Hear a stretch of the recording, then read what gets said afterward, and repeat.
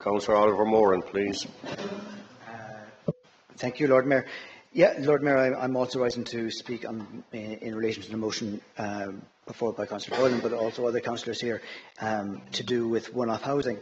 And I am also accepting of the report which is put forward, which is to examine our current policy. I think Councillor Boylan, to his fairness, to his credit, has very well described the pressures that people are under and the context in which we would look at this again, which is in the context of housing emergency.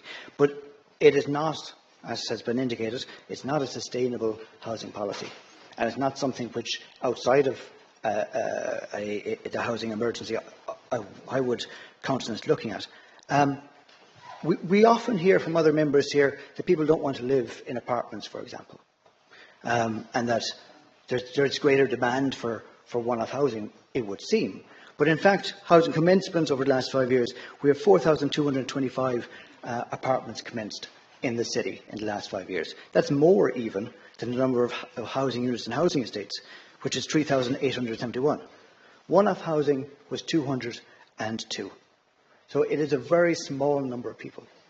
And yes, for everybody, as Councillor Boylan has indicated, everybody who receives that housing can live in that one-off house. That is their housing crisis solved.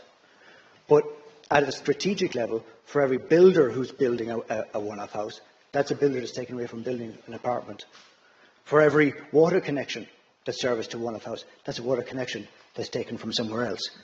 And we're also storing up issues for the future. Those people, and I grew up in a one-off house, they will not be connected to mainline sewage. They're unlikely to have a footpath outside their house. They're unlikely to be served by a bus service. They'll have lower quality broadband.